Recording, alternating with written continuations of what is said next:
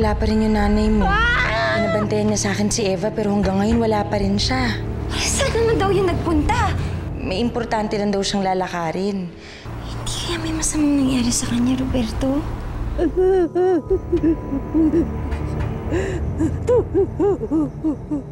Hindi ako mapapanatag hanggat hindi ko nalalaman kung nasan si inay. Sana nga magpakita na siya ni Amor kung saan man siya nagsuot. Eh, baka pagmulan pa to ng away ni Roberto eh. Kailangan kong balikan yung cellphone ng Amor na yan. Check na nakasave doon ang text niya kay Melissa. Pati na yung nag-reply ako sa kanya. Nasaan yung Amor na yan? Buhay pa kaya siya?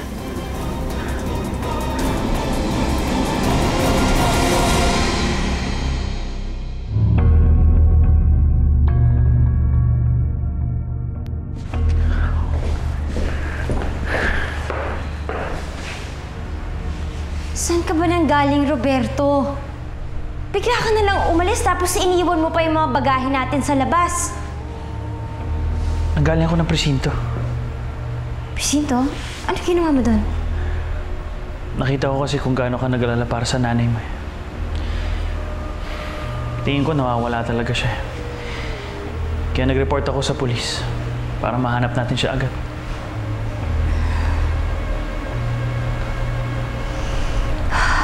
Salamat, Roberto. Salamat.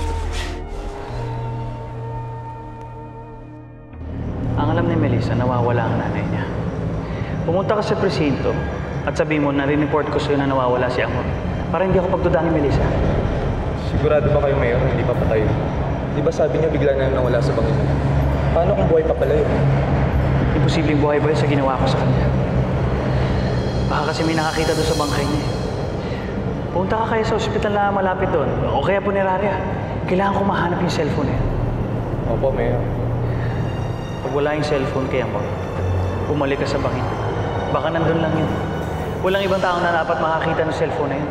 Dahil yun lang ang pwede magdiin sa akin na may kinalaman ako sa pagkamatay ng nanay ni Melissa. Sige, Mayor. Huwag ka mag-alala, Melissa. Mahanap din natin ang nanay mo. Kailangan natin siya mahanap.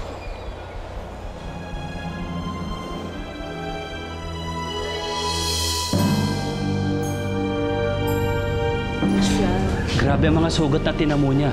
Himalang nabuhay pa siya. Kamag-anak niyo po ba siya? Ah, hindi po. Ganyan ang itsura niya eh. Nung natagpuan ko sa may ilalim ng bangin. Kailangan nating kontakin yung mga kamag-anak niya. Eh, tumingin na ako sa lugar ng pinangyarihan eh. Wala akong nakitang ID, cellphone, o kahit anumang pagkakakilanlan.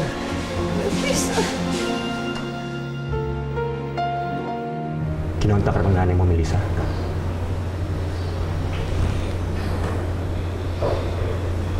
Alam mo, Teniente, hindi naman yun gawain ni inay eh. Kinakabahan talaga ako. Baka may masamang nangyari sa kanya. Buhay pa ang nanay mo. Siguro naligaw lang yun kaya hindi siya nakauwi kaagad. Nung nag-report si Mayor kagabi, nagpakalat na kami ng impormasyon sa nanay mo sa iba't ibang presinto. Kaya pag may lead na po kami, we will let you know as soon as possible. Magbibigay ako ng reward sa makakahanap sa biyenan ko, Teniente. Sige po, Mayor. Una na po ako.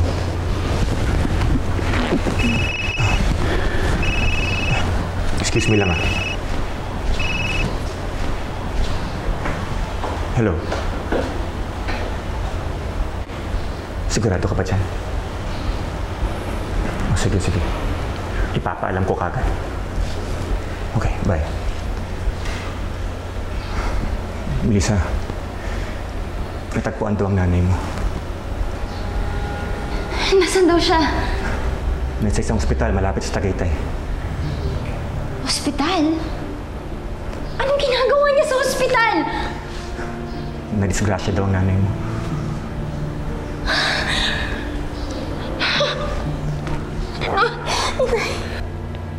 Teniente, buhay pa ba siya?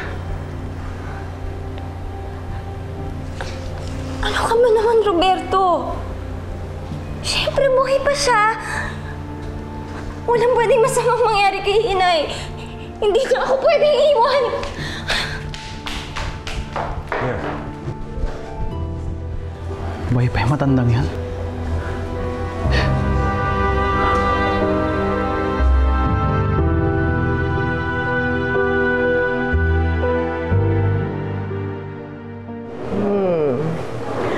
I miss you, my son. Kahit araw-arawin kitang dalawin dito, namimiss ko pa rin yung magkita tayo sa labas. Tatagalan pa ho yung gusto nung mangyari ang Marcita. There's still hope, Felix. Paano? Ophelia, sabihin mo nga sa kanya. Inaapila ka ang taasan mo, Felix. You did what, Amorcita? Deserve ko ang pagkakakulong ko dito. Wala kayo dapat iapila. Mayroon, Felix. Magpi-plead tayo ng temporary insanity, kaya sinabi mo yun sa hukuman. Winnable defense yun, Felix. Pero hindi pa rin makakapayag sa gusto niyo mangyari. Kahit kailan, alam ko sa isip ko na kailangan kong pagbayaran ng ginawa kay Melissa. Ang mahalagang masaya na siya ngayon. At maayos ang buhay niya kasama si Roberto.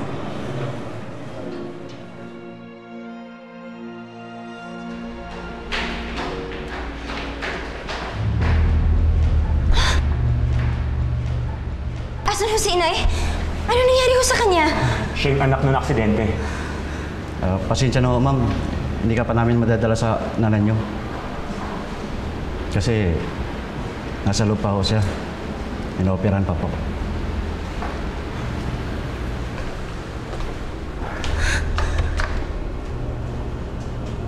Inay! Inay ko! Lintik na yan. Buhay pa pala yung amor na yun. Meron nagdala sa kanya dito, Mayor. Kaya bigla na lang siya nawala din sa bangin. May nakausap ba siya tungkol sa nangyari? May nakaalam ba na ako may kagagawa nito? Nakapagtanong na ako dito sa ospital, Mayor. Puro pangalan ni Melissa binabanggit niya nung dinala siya rito. Safe po kayo. Mabuti naman kung gano'n. Pero yung cellphone, nung dinala siya rito, nasa kanya ba yung cellphone? Wala ho.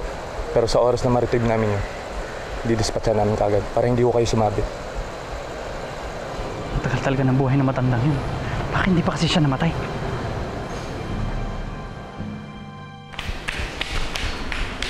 Lisa? Mami, Eva? kamusta na po si Lola? Hindi ko pa alam, anak.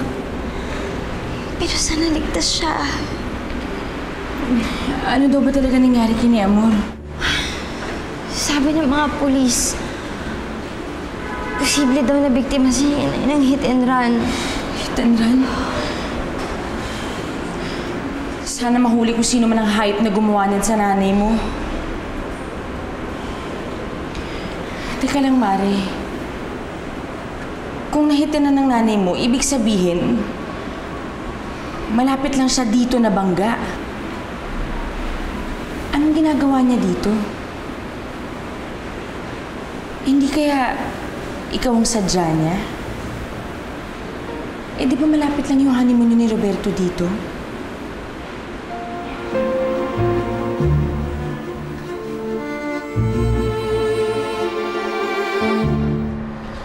Nakaligtas ang amor na yan sa operasyon na to. Tuluyan mo na. Pero Mayor, nandito siya sa ospital. Maraming tao dito. Hindi pa din mayari yung gusto nyo. Wala akong pakialam. Basta huwag kang papalpak kung hindi ikaw mayayari sa akin. Basta hanapin mo yung pinapahanap ko sa'yo. Mayor, ano po yung inuutos nyo kay William?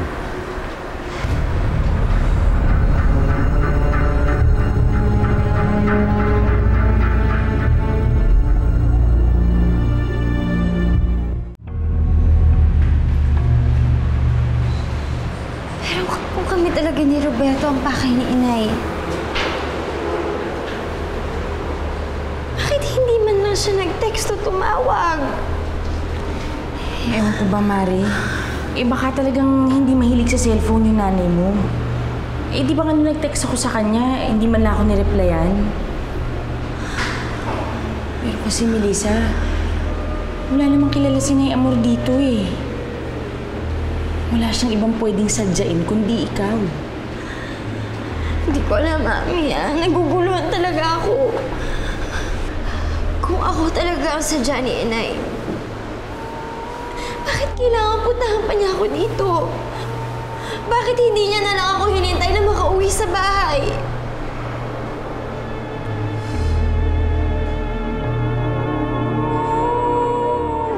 Natagpuan na natin si Aling Amor.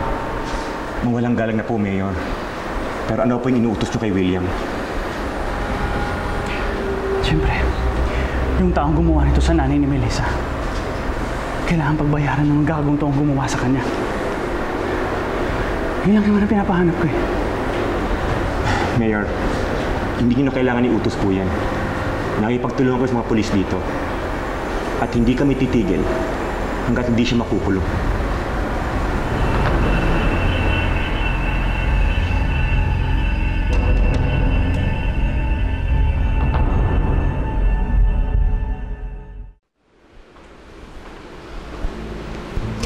Dok, ano? Kamusta na ako si Inay?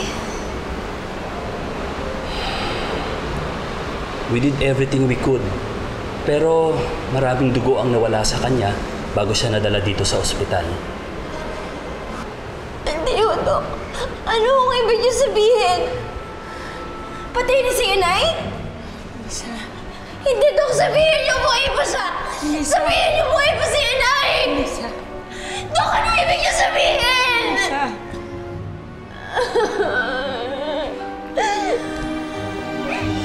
Oh, Nay! Inay! Tama na, wala pa naman sinasabi si Doc eh. Doc, sabihin niyo na ako kasi sa amin kung ano talaga nangyari kay Nay Amor. Ligtas po ang pasyente pero ano? Pero sa dami ng kanyang pinsalang natamo, kinapos ng supply ng oxygen ang kanyang utak dahil sa dugong nawala. I'm sorry to say, pero comatose po ngayon ang nanay niya.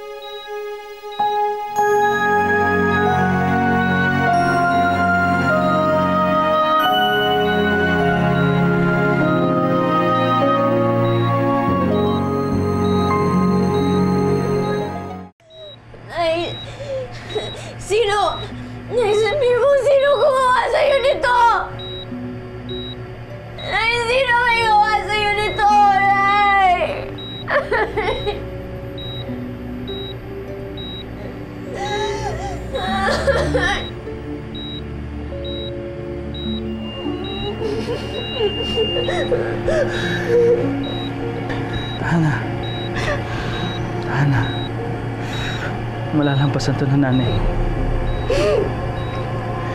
She's a strong person. Sa pagkakakilala ko sa nanay mo, Hindi lang siya basta-basta na lang bibigay, Melissa.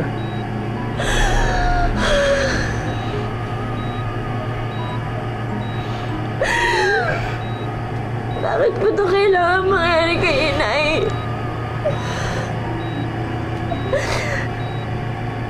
Ngayon na maayos na lahat. Ngayon na tahimik na dapat ang buhay namin. Bakit kailangan ito mangyari sa kanya, Roberto? Hindi ko kaya. Hindi ko kaya. Hindi ko kaya wala. Melissa, minsan kasi sa buhay, hindi maiiwasan yung ganitong bagay. Pero, pinapangako ko sa'yo, magbabayad ang hayop na gumawa nito sa nanay mo. Gaya ng ginawa natin dun sa hayop na gumahasa sa'yo.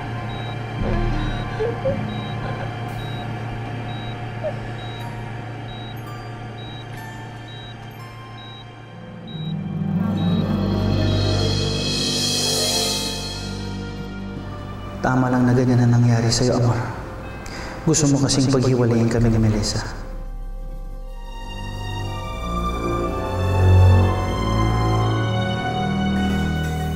Ngayon, hindi na kita kailangan bantaan dahil kusa mo lang itatahimik yung bibig mo.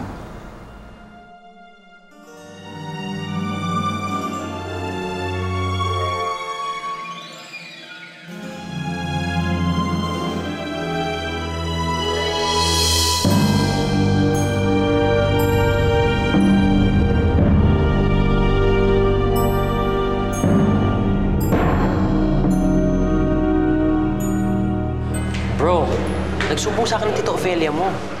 Ayaw mo ba talaga makalaya dito? Ano ka ba? Akala ko pa gusto mo pa makita si Eva. Pare, kahit hindi na si Melissa, isipin mo na lang anak mo. Ganun pa rin naman ang gusto kong mangyari. Pero hindi sa paraan na gusto ni Amorcita. Kung gusto niyo nakarin ang kaso ko, pababayin niyo na lang sentensya ko. Baka sa ganun para, pwede pa ako pumayag kay Ned. Felix, magawa man namin yung sinasabi mo. 5 hanggang 10 taon lang ang babawas namin sa sentensya mo. Yan ang sabi ng lawyer mo mismo. Pare, masyado mahabang panahon pa rin yun. Baka paglahi mo, sarili ng pamilya ang anak mo.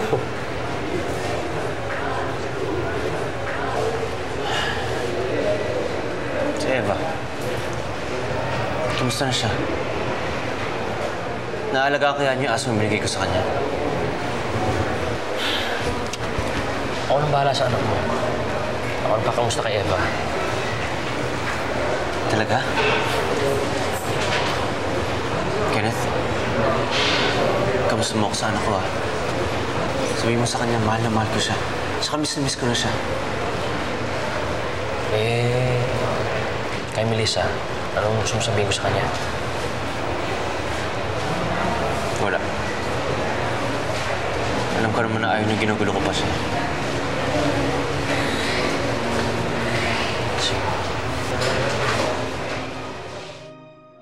Hello? O pare, kung di lang importante itong mga kailangang pirmahan, baka hindi kita na-istorbo dyan sa honeymoon ni Melissa. Wala ka na istorbo yun, pare. Dahil hindi na tuloy ang honeymoon namin dahil sa nanay niya. O sige pare, diretso lang ako dyan sa ospital.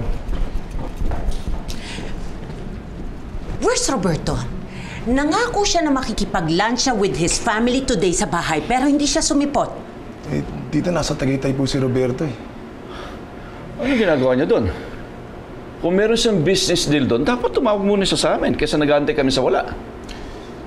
Tito kasi, na-aksidente daw po yung nanay ni Melissa. Ano? Ha? Is she dead? Comatose daw po.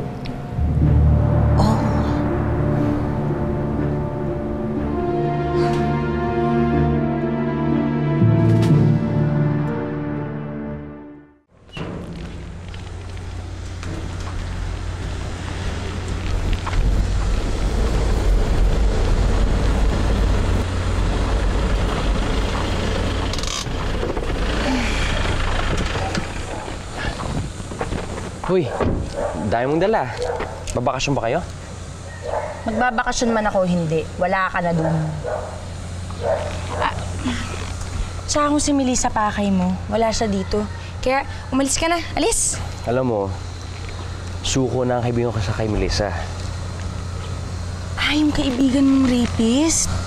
Mabuti naman. Pero hindi sa anak niya. Gusto ni Felix, kausapin ko si Eva. Wala rin si Eva dito. Teka. Nasaan sila? Kailangan ko makausap si Eva. Kulit mo naman eh. Wala yung buong mag-anak dito. Nasa ospital. Na-aksidente si Nay Amor ko, matose siya ngayon. Ano? Kaya dun muna malapit sa ospital titigil sila Eva para mabantayan si Nay Amor. O teka, alika na. Hatid na kita. Isang hawak mo pa sa akin ha. I-report kita sa mga pulis. Tapos sasabihin ko sa kanila na kaya mo ko inaawakan ng ganyan dahil gusto mo akong rapin. Tigilan mo na si Melissa at si Eva ha. Alis! Rapin? Teka lang, hatid na kita. Sige na. May pan-taxi ako. Marami akong pera. Excuse me.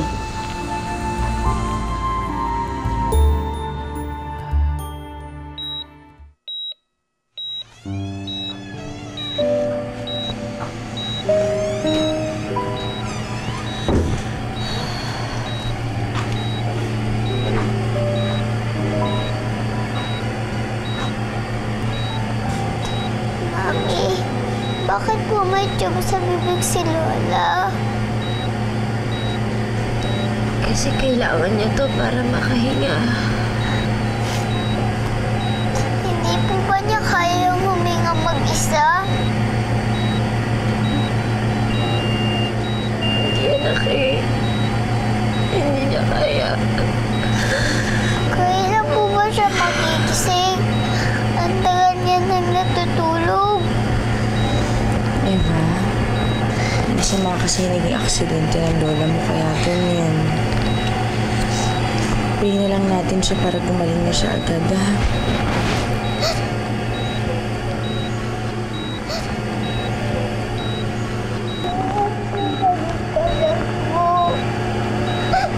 Bumising ka na para hindi na umiyak si Mommy.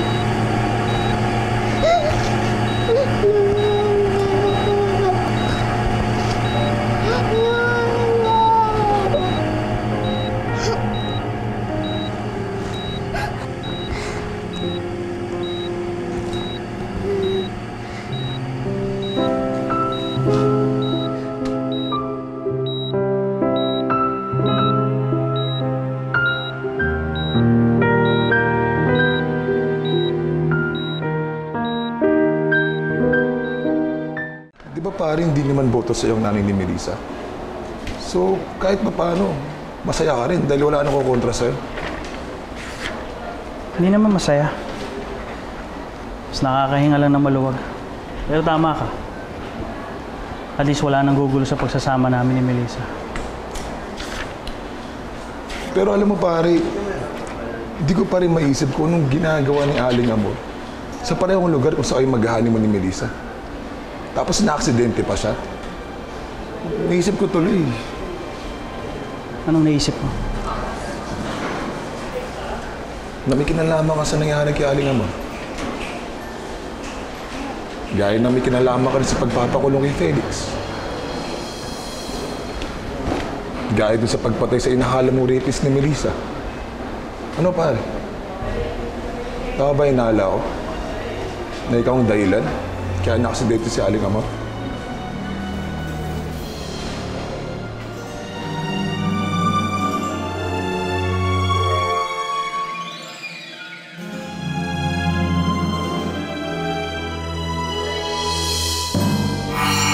I heard what happened sa mother mo. Condolence sa inyo. Ikaw na nga dinadama. Ikaw pa ang... Ko! Tawan mo ko! Palawakan mo ko dito! Nanggugulo ka na naman! Kung makakatulong ako para mabigyan ng justice sa nangyari kay Nay Amor, maybe, then just maybe, Melissa will find it in her heart na huwag ipagkait sa akin si Eva. Hindi lang naman ako may gustong magkahiwalay sila eh. May isa pang tao na kapareho ng gusto ko. And I think oras na para lapitan ko siya. Ikaw? Pasensya na, Aling Amor. Trabaho lang to.